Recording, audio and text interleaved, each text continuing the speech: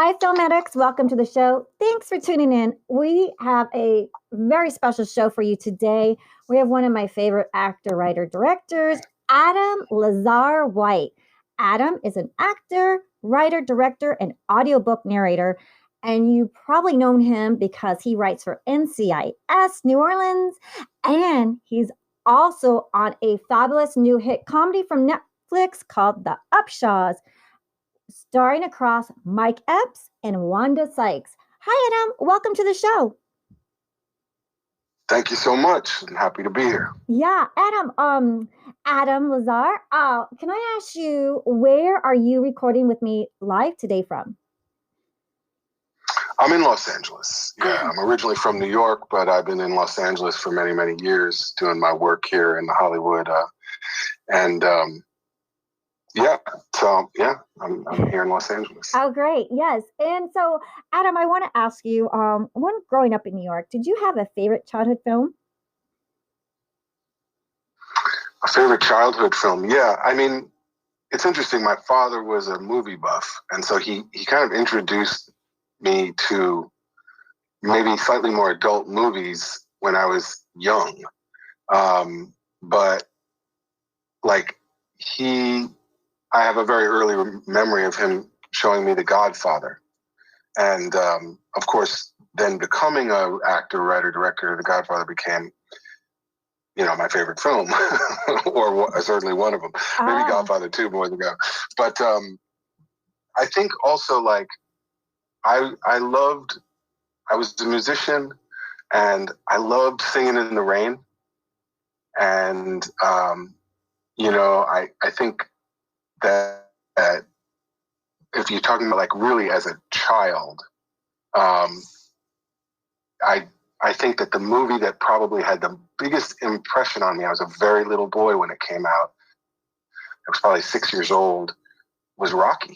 And my dad took me to Rocky, and I was a jock. I played football, baseball, basketball through high school, and then I was recruited in college. So there was something about that inspirational story that was very important to me as a kid. Rocky.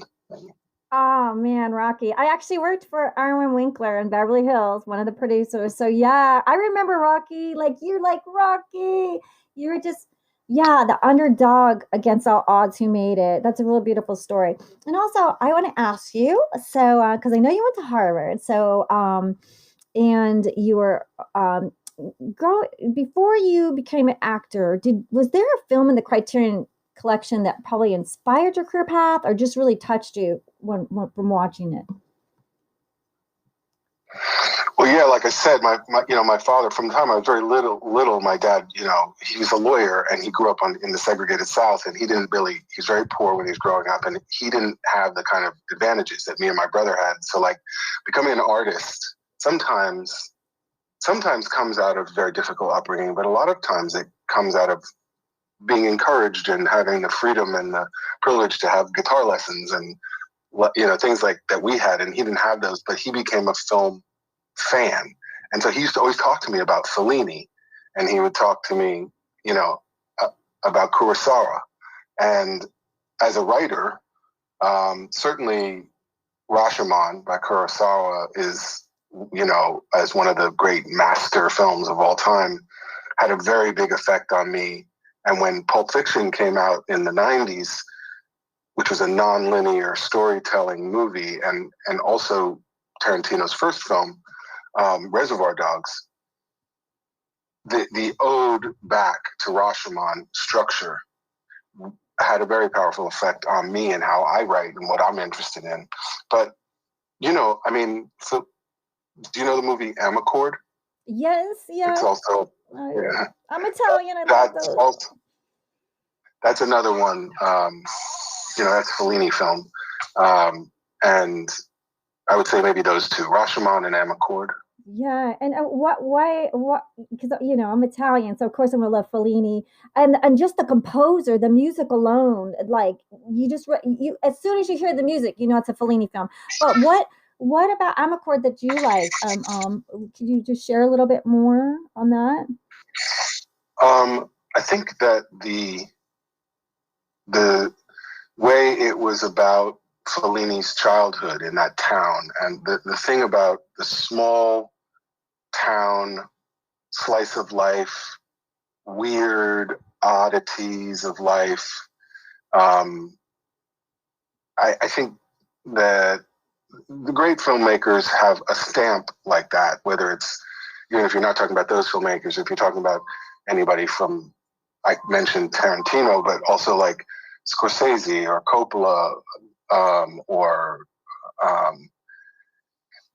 Woody Allen. I know he's a little bit persona non grata these days, but the oddity of his movies and his stamp on movies, and I think that in Amarcord, the kind of small town, odd world, like just this being brought into this little world. I think that's what maybe rings so true for me. Yeah. Like they always say in art, like the more specific you are, the more universal it is. The more truthful and specific you are to your own life, the more universal the message sometimes becomes. And I think that Fellini was the master at that. It was very specific to his life and his point of view, but they were universal stories. I felt the same way about Cinema Paradiso, which is not Fellini, but I think that's Tarantino, I think is the name of the director of that film. I did a spoof. And honoring that. I should know the name. I'll Google it while you talk. I'm gonna Google it so that. So yeah, Cinema Paradiso is one of my favorite films too. Adam, I'm gonna have to tell you that my mom in Italy and all of our family in Italy from the small town outside Naples, you and your wife are gonna get an invite to go down and see their small town. So just to let you know, you have an open invitation. Are you prepared for all the pasta and delicious food that you can ever see? Yes, I'm prepared. I'm ready. As soon as you said that small town, my mom is listening in Italy with all her people. So it was produced by Franco Cristaldi, and I'm trying to find the director of that. I mean, you would think I could see the director on that, but yeah, it's one of my favorite too. I even did a little spoof that was top 50 director on Project Greenlight. Let me just see. I can't find the director yet. I think his name is Torre. Torre, yeah. I'm not sure how to pronounce his name, but it's a great film. Yeah. Okay, so perfect. So I'm looking at it as they still Tornatore, Giuseppe Tornatore. Giuseppe, yes, Giuseppe Tornatore. Yeah, you say it actually better than me. You probably speak Italian more than I do. So speaking of so we were talking about some fantastic films, like really incredible films. And I want to know, like, we also talked about Quentin Tarantino. Is there a director or two that you like from one of your favorite films? Oh God! I mean, there's so many directors that I love. I mean, do you mean? Yeah, I mean, Scorsese and Coppola and Tarantino. If you're talking about like more like American directors of American films,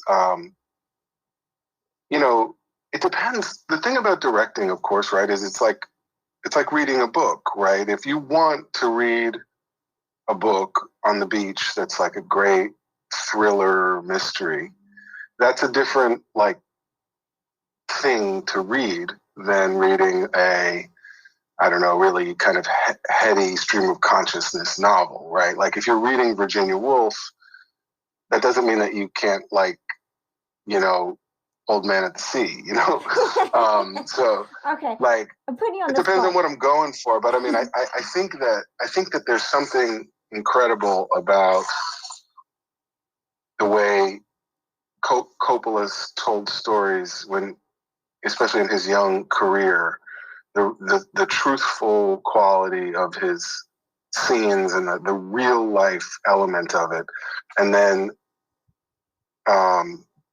Scorsese as well, with kind of the New York sensibility from Mean Streets to Goodfellas. But in terms of the younger directors, the directors that like, they're not young, but younger than those guys that have really kind of become famous while I've been a professional.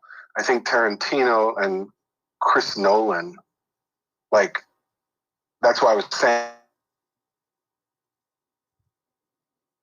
So Adam's sharing with us. You know, it's just a genius, you know, and Inception is a genius film, and Batman Begins is a genius film. If you're going to watch any superhero film, like, watch Batman Begins. It's not a superhero film. It's not like, it's a different thing. It's a character study, and it's dark, and it's psychological, and it's and we're not even talking about you know, his film with the Joker in it. You know what I mean? With Heath Ledger, it's a whole other thing.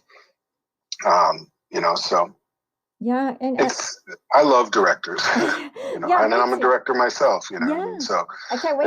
they've all had an effect on me. Yeah. Can you share with us like one of your favorite directing scenes, like a director shot that you love from a movie?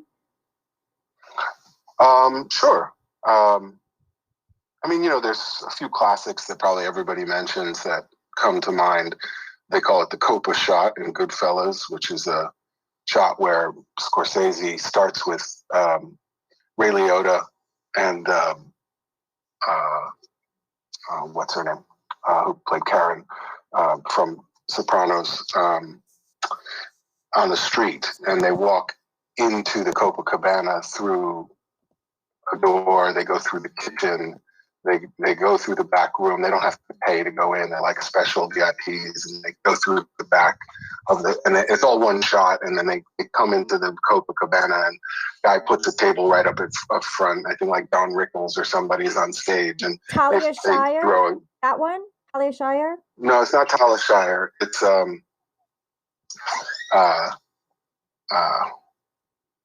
It's I'm sorry, it's terrible. I know. Oh, what's her name? I know, is that Lorraine Bracco. Oh, okay, yes. Lorraine Bracco plays Karen, plays Ray Liotta's wife. She's a Jewish woman married to an Italian mobster in Goodfellas, and in that movie. And she's actually Italian, obviously, but she plays a Jewish girl in the movie. And they go to the Copa, and it's just all one shot. I mean, that's one thing. There's another shot in The Godfather where it's the moment where Michael Al Pacino becomes the Godfather, where he kind of takes over for his father. And his father's in the hospital. Vito is in the hospital, and they're sitting in his office, in Vito's office.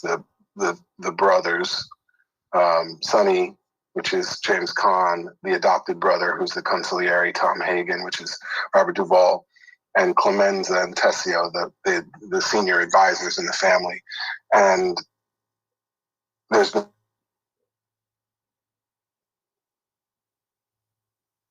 So Adam's talking about The Godfather. And they want to kill him. And so Pacino's sitting in a chair, and it's like kind of like a big easy chair, and his legs are crossed and his arms are on the arms of the chair. And he's had his jaw broken by the police captain when he was standing outside protecting his father at the hospital. So he's talking like this because his jaw has been wired shut.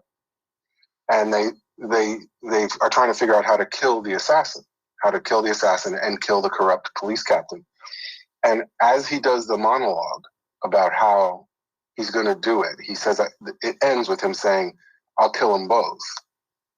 Coppola it's all one shot on a dolly, and Coppola kind of comes around the room and pushes in on Pacino sitting in a throne. And it's like the shot itself turns him into the king. He goes from the prince to the king in that shot. And he says in the monologue, he lays out the plan. And everybody realizes how smart he is in that moment. Like all his older brother and all the advisors, you know, and he says, you know, if somebody can plant a gun in the restaurant, if we can find out through intelligence where the meeting place is going to be and plant a gun, I'll go. They want to meet with me. I'll go to the bathroom, and maybe you can plant the gun in the bathroom, and I'll kill them both. And Tom Hagen, Duvall says, you know, or Tessio says, nobody shot a cop in 50 years in New York. And Pacino says, this is a dirty cop. This is a corrupt cop. You know, we should be able to kill him. People understand that. They want to kill, you know, it's like all of his intelligence, but it's all happening in this one shot. Yeah. That's one of them for me. Oh, I love that. I love that. So speaking of, so Adam, you're an actor, writer, director, producer. So I want to ask our audience, like, so you grew up in New York, and could you tell us how you started your career path? Can you share with us that journey?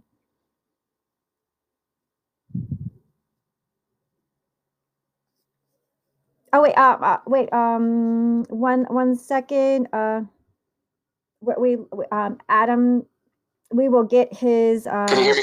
Yeah, Sorry. yeah. No worries. So technical moment. Yeah, we're gonna learn about how Adam Lazarre-White started his career path to being this amazing actor, writer, director, producer. Can't wait to find out. I was a musician and an athlete growing up. I played guitar and I played in a jazz band, and I was in school, you know, and I played football, baseball, basketball. But I was always in love with movies and the theater. I grew up in New York. I think when you grow up in New York, it's something that is closer to you than like if you grew up in a small town in the middle of the country. The theater there's so much there. My parents took us. So I was always in love with that. And then when I went to college, I took my first acting class. And I had a couple of buddies who wanted to become actors. And they were like, you should do it. You should take this class with us. It was really just like a summer. And I took the class, and it was like I got, as the cliche goes, I got bit by the bug, and I just loved the kind of all the different elements that you got to use of yourself as an actor. Like you got to be a poet and a dancer and a storyteller. Like all of it came together, you know. And because you were physical and you were dealing with words, and then you were dealing with emotion. And I was this athlete who also loved to perform. Like, the great thing about sports and acting, it's kind of the same thing. Like when they see action and the curtain goes up and you're doing a play, it's not that different from like when the whistle blows at the beginning of a game. Yeah. There's no going back. There's no take some time. Wait a minute, I'm not ready. When they say play ball, it's like, that's it. Yeah, and for our audience, I just want them to share with them real quick. Adam went to Harvard University, graduated with honors in the government and political philosophy. You were a quarterback for the Harvard Crimson, and played guitar and saxophone in the Harvard Jazz Band. And summer, you wrote script coverage for Columbia Pictures. And so I just wanted them kind of know a little bit that like where you went to school when you're talking about that. So that's fantastic. I was recruited out of high school to play at some bigger schools like Wisconsin and Michigan. But when you get into Harvard, like I went, you know. So and I didn't. I was recruited to play baseball also, but I chose to play football, and I was a quarterback. And so like at that time in my life, I was studying acting in the summers. I started taking some classes at ART, which was the graduate acting program at Harvard. It's kind of renowned program. Like when I had room for electives, I would take classes there.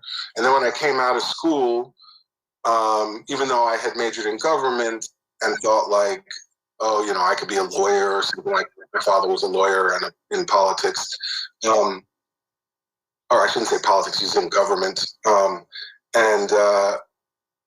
I was in love with acting by that point, and I was young for my grade. So like when I graduated college, I wasn't even 21 yet. I was 20. I turned 21 that September.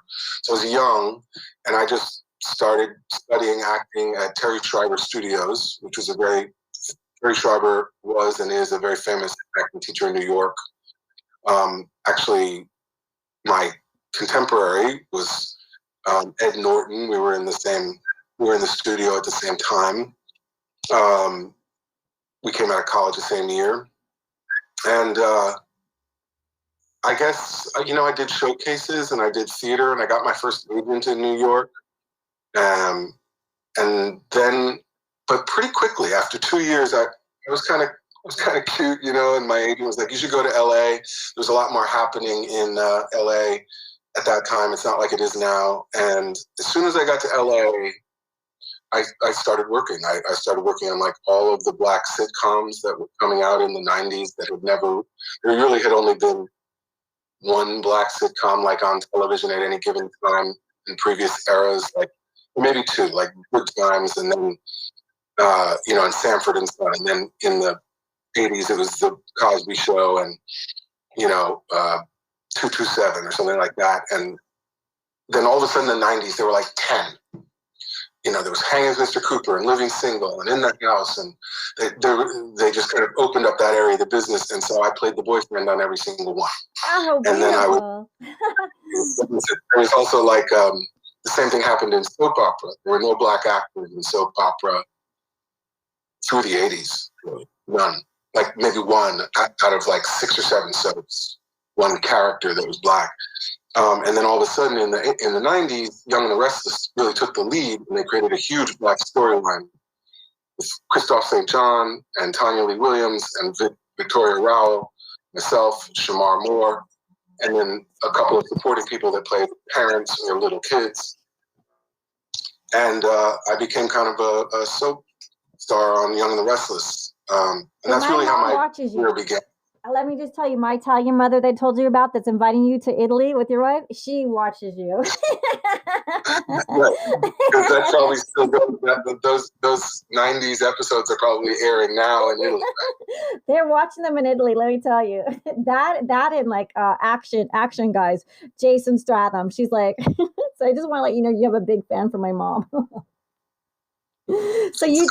So you did Young and Restless, and you seem to hit it right at the right time, that you were the boyfriend for all those actors. Then you, like, it's kind of like, you were meant to be this actor, because like you said, that there was no African American shows, and then they started having more and more, and like sometimes you don't realize that when you're an actor, there's got to be an opening for you. Like with me, when I was acting, every time I auditioned, I would go against a famous family member, a famous person. So it was just so hard. But I'm so happy that you got in, because you're fantastic. So you did Young and the Restless. And then then after Young and the Restless, you went into some TV and television, film and television. Yeah, I mean, once I left the show, I started working more in primetime television and in films. I did a play every year. I did Romeo and Juliet. I did Trojan Women. I did some new plays. I was in the Circle Rep West. Circle Rep was a very well-known company that started in the 70s in New York. And then it kind of splintered into like the East Coast group and West Coast group, which was run by John Bishop. And he was a playwright. He and Lanford Wilson, who's a great playwright, were kind of the main playwrights for that group. We were very lucky because I was young, and all of these actors that I admired tremendously, many of whom you all have seen in many movies as well as on stage. I was just looking up to them. And my girlfriend at the time, who then became my wife, she had been a lead in one of John Bishop's plays, so she brought me to the group. I started working, and